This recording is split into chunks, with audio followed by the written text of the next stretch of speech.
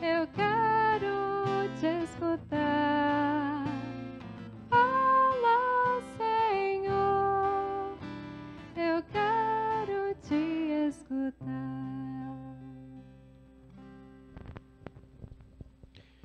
O Senhor esteja convosco. Ele está no meio de nós. Proclamação do Evangelho de Jesus Cristo segundo João. Glória a vós, Senhor. Naquele tempo, Jesus partiu da Samaria para a Galiléia. O próprio Jesus tinha declarado que um profeta não é honrado na sua própria terra. Quando então chegou a Galiléia, os galileus receberam-no bem, porque tinham visto tudo o que Jesus havia feito em Jerusalém durante a festa, pois também eles tinham ido à festa. Assim Jesus voltou para Caná da Galiléia, onde havia transformado a água em vinho. Havia em Cafarnaum um funcionário do rei que tinha um filho doente. Ouviu dizer que Jesus tinha vindo da Judéia para a Galiléia. Ele saiu ao encontro de Jesus e pediu-lhe que fosse a Cafarnaum curar seu filho que estava morrendo. Jesus disse-lhe: se não virdes sinais e prodígios, não acreditais. O funcionário do rei disse: Senhor, desce antes que meu filho morra. Jesus lhe disse: podes ir, teu filho está vivo. O homem acreditou na palavra de Jesus e foi embora.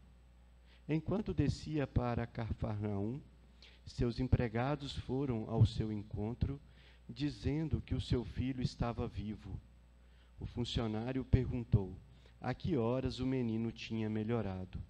Eles responderam: a febre desapareceu ontem, pela 1h.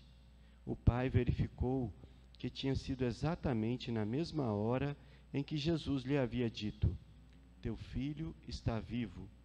Então ele abraçou a fé, juntamente com toda a sua família.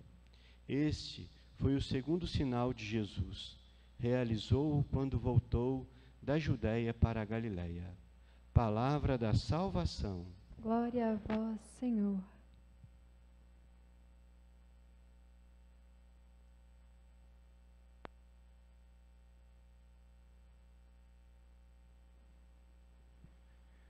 Queridos irmãos e irmãs, podemos imaginar esta cena desse evangelho de hoje. Jesus está voltando da Judéia para a Galiléia, passou pela Samaria. Da Samaria tem um encontro com a samaritana. Estamos no capítulo 4 do Evangelho de João.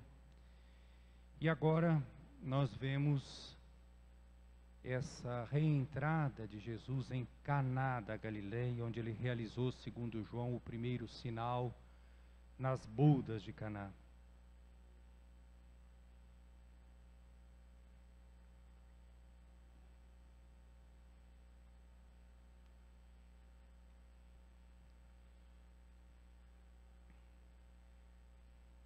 João não fala milagres, ele fala sinais, porque os sinais supõem fé, compreensão, adesão. Se nós estivermos diante de uma evidência, nós não precisamos ter fé, estamos diante de uma evidência. A fé é, como diz o autor da carta aos Hebreus, a certeza que nós temos daquelas coisas que nós não vemos. A fé supõe um ato de entrega. A fé não é um mero ato intelectual de adesão a um conjunto de verdades, a uma doutrina. A fé é uma entrega do coração. E é uma entrega a uma pessoa. A fé não é a adesão, em primeiro lugar, a princípios de uma religião. Mas a fé é o vínculo com a pessoa de Jesus Cristo. Eu estou falando da fé cristã. que significa essa abertura para o Deus que se revela e que nós acolhemos pela nossa liberdade, pela nossa vontade. Aqui nós vemos neste segundo sinal apontado por João. João seleciona 7 sinais para mostrar que Jesus é o enviado do Pai. E neste segundo sinal, vem ao encontro de Jesus quando ele está em Caná novamente, bem recebido pelos galileus, porque ele tinha feito, lá em Jerusalém muitas coisas, inclusive a expulsão dos vendilhões do templo. E eles ficaram meio orgulhosos, porque Jesus fez, entre aspas, um certo sucesso, ou como diriam os italianos, uma bela figura, lá na capital, em Jerusalém, Eles deviam pensar, é dos nossos, é aqui da Galileia. Foi bem recebido. Mas aí chega esse oficial do rei, certamente servindo a Herodes, vindo de Cafarnaum, e pede de forma assim dramática, angustiado, que Jesus possa ir curar o seu filho que está à morte. Vejam que esse oficial viajou, ficou sabendo que Jesus estava voltando para a Galileia e foi ao encontro dele, humildemente pedir que curasse o seu filho. É uma procura de Jesus que não é feita só por curiosidade, embora Jesus tenha feito uma observação aqui, não em relação a esse oficial, mas em relação a muitas pessoas que o procuravam, não porque tinham uma fé de adesão, mas por curiosidade. Jesus diz assim no Evangelho de hoje: se não virdes sinais e prodígios, não acreditais. Parece que a gente quer ver para crer. Isso não é fé. Isso é evidência. Se eu estou vendo e eu acredito, não é fé. É aceitar a evidência. Mas aqui não. Jesus, o oficial disse, depois que Jesus falou e fez essa observação: Senhor, desce antes que meu filho morra.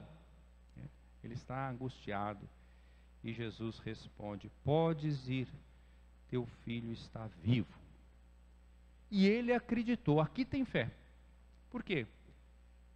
Talvez ele esperasse que Jesus fosse com ele. Foi isso que ele foi fazer. Vamos até Cafarnaum. Jesus não foi. Jesus disse uma palavra. Ele acreditou. Ele não está vendo o filho. E ele se pôs a caminho. E no caminho, então, os seus empregados o encontram e relatam que o filho estava bem, tinha melhorado. O menino tinha melhorado. E ele perguntou a que horas que o menino tinha melhorado. E eles responderam: a febre desapareceu ontem pela 1h. E ele constatou que era o mesmo horário que Jesus tinha dito: podes ir, teu filho está vivo. E aí o Evangelho de João diz que ele abraçou a fé juntamente com toda a sua família. Ele abraçou a fé. Estão vendo? Ele poderia não ter acreditado. Eu vou dar um exemplo aqui de pessoas que têm dificuldade às vezes de acreditar. Vamos nos colocar, imaginando a cena, nos colocar um pouco no lugar deste funcionário. Tá bom, ele chegou lá e pediu para Jesus. Jesus disse: vai, podes ir, que teu filho está vivo. Ele podia ir embora sem fé, pensando assim: fez pouco caso. Ele já estava com muita coisa, disse que eu posso ir embora só para me despachar. Mas eu vou chegar lá, não vou achar nem meu filho vivo. Ele poderia, não, ele foi. E no caminho ele recebe esse aviso que o filho tinha melhorado. Ele podia ter pensado assim também: melhorou, nem precisou de Jesus fazer nada, ele já melhorou. Ele podia ser essa postura. Mas ele perguntou: que horas? E eles disseram. E ele constatou que era a hora que Jesus tinha dito. Então ele abraçou a fé com toda a sua família. Uma fé que o vinculou à pessoa de Jesus, não a um conjunto doutrinário. Estão vendo? Isto é uma fé verdadeira. Fé é dar o coração, é entregar o coração. A expressão latina, credere, crer, né?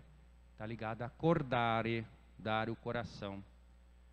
Credere Deum, credere Deo, credere in Deum. São 3 maneiras de falar da fé. A primeira, eu falei em latim, mas nós temos o correspondente em português. O imperador da língua portuguesa, o grande orador Padre Antônio Vieira, jesuíta, vai falar claramente isso. É porque a gente não usa, porque é um português mais erudito. A gente pode dizer corretamente: creio Deus, creio a Deus, creio em Deus.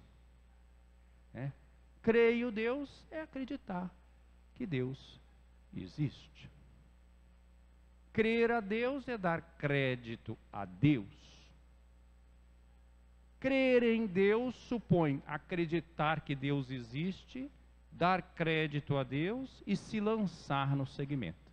Essa é a verdadeira fé. Credere in Deum é a fé de quem abraçou, juntamente com toda a sua família, jogou sua vida, sua liberdade. Então, nessa caminhada quaresmal, a pergunta é: como vai a sua fé, meu irmão, minha irmã? Você realmente acredita em Jesus? Ou você acredita só em determinadas práticas religiosas? Quase que já um hábito. Mas realmente você aceita a palavra de Jesus? Pode ir, né? Podes ir, teu filho está vivo. Nós somos capazes de nos colocar a caminho a partir de uma palavra de Jesus sem ver. Mas porque é a palavra do Senhor? É a fé do caminhante. Não é a fé só de quem crê num conteúdo. Existe um conteúdo da fé. Não é só a fé de quem dá crédito àquele que revela. Mas é a fé do discípulo, como nós falamos. Do seguidor. Do caminhante. Do peregrino.